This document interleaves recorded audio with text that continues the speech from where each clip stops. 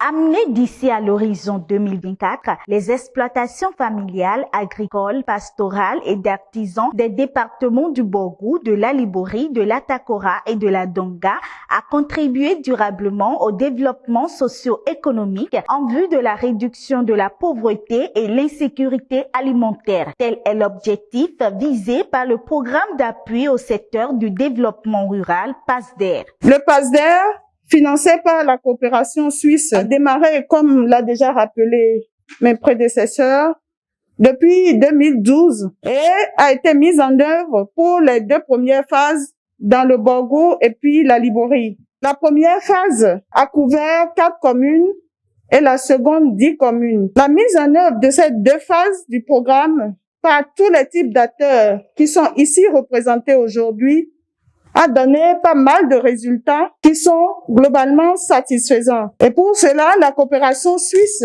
a non seulement renouvelé sa confiance aux acteurs pour la continuité du programme, mais également a opté pour une mise à l'échelle dans les autres départements, c'est-à-dire la Donga et puis la Takora. La coopération suisse accompagne depuis plusieurs années le Bénin dans ses programmes de développement. 2 mots sur la coopération suisse. Donc, on fait partie du ministère des Affaires étrangères de la Confédération suisse. On est, ça a été dit, près de, une quarantaine d'années physiquement présents au Bénin pour soutenir le pays dans son développement à travers nos programmes de coopération. Le focus actuel, il est sur 3 domaines: le développement économique rural, l'éducation de base et la formation professionnelle et la gouvernance. Mais je voudrais focaliser plus sur le PASDER qui s'inscrit dans cette logique de dynamisation de l'économie locale. Puisque les piliers ont déjà été mentionnés, donc c'est la phase 3 qui durera 4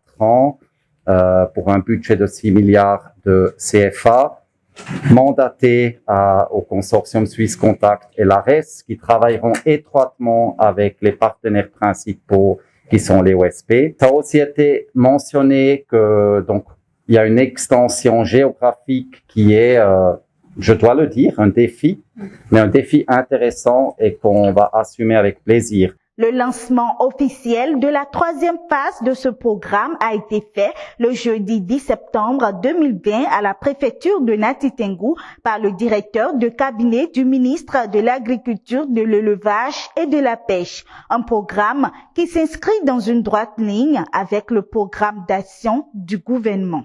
S'il est des devoirs dont s'acquitter est un plaisir, c'est bien le privilège qui me choisit aujourd'hui de présider, au nom du ministre de l'Agriculture, de l'Élevage et de la Pêche, la cérémonie de lancement officiel du programme d'appui au secteur du développement rural PASDER phase 3.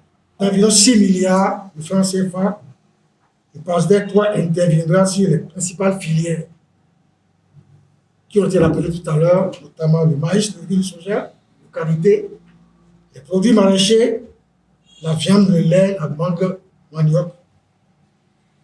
Il me paraît utile de vous faire remarquer que ces filières ciblées sont en parfaite adéquation avec les filières à haute valeur ajoutée et celles conventionnelles de sécurité alimentaire retenues dans le volet agricole du programme d'action du gouvernement PAG.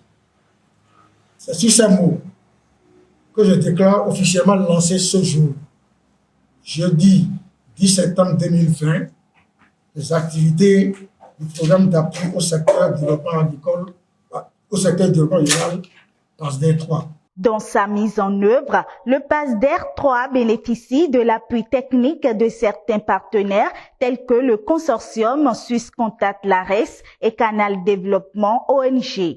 Les participants à cette cérémonie apprécient. Sincèrement, je remercie les communes qui avaient travaillé au premier abord.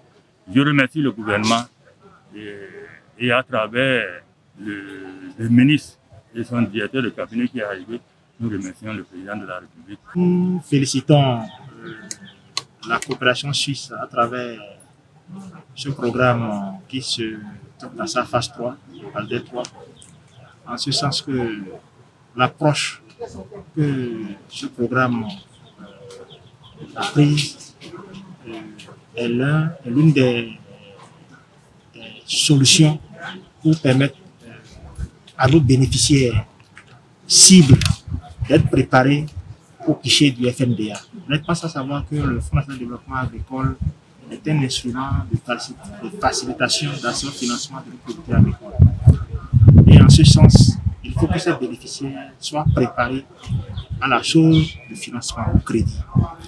Et donc, pour ce que nous venons de suivre, nous avons constaté que c'est des bénéficiaires, c'est des producteurs que le PASDER 3 prépare, encadre, appuie, de sorte qu'ils soient des candidats potentiels, éligibles, avec des projets bancaires pour être présentés aux banques et au système financier décentralisé partenaire du Fonds national de agricole.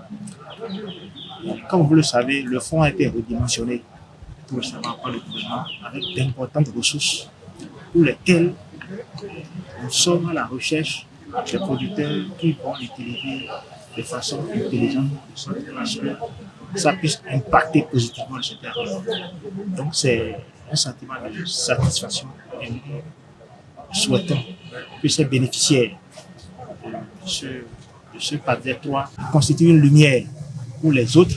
Je dois vous dire d'entrer toute la satisfaction qui m'anime pour avoir représenté le ministre de l'Agriculture, de l'Élevage et de la Pêche à cette cérémonie de lancement du PASDER. Les attentes sont nombreuses. D'abord en termes d'amélioration de la productivité et de la production agricole. Nous souhaitons vivement que ce programme puisse permettre d'amener les producteurs agricoles et les éleveurs à un niveau plus élevé de rendement et de production.